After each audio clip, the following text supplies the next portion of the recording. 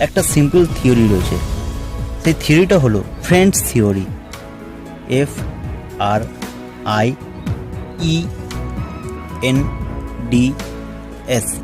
দেখুন, আমরা network marketing business যারা করছি, আমাদের যখনই কোনো সিনিয়র বলে লিস্ট বিল্ডিং করতে, আমরা তাতে কাদের নাম লিখি? আমাদের কাছের বন্ধুবান্ধবদের নাম লিখি বা একটু দূরের বন্ধুবান্ধবদের নাম লিখি। কিন্তু নেটওয়ার্ক মার্কেটিং বিজনেস তো শুধু ফ্রেন্ডসদের মধ্যে সীমিত না।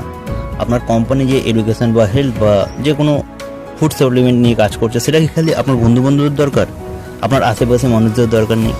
আচ্ছা, তার থেকে একটু বেরিয়ে গেলে অন্য মানুষদের দরকার নেই? অবশ্যই রয়েছে। সেই কারণে আপনি লিস্ট বিল্ডিংটা বড় করবেন কি করে, তার জন্য এই থিওরিটা অ্যাপ্লাই করতে হয়। সবার প্রথমে আসছে এফ সেগমেন্টে, সেটা হলো আপনার ফ্রেন্ড সার্কেল। তাদের নাম আপনি এখানে লিখলেন।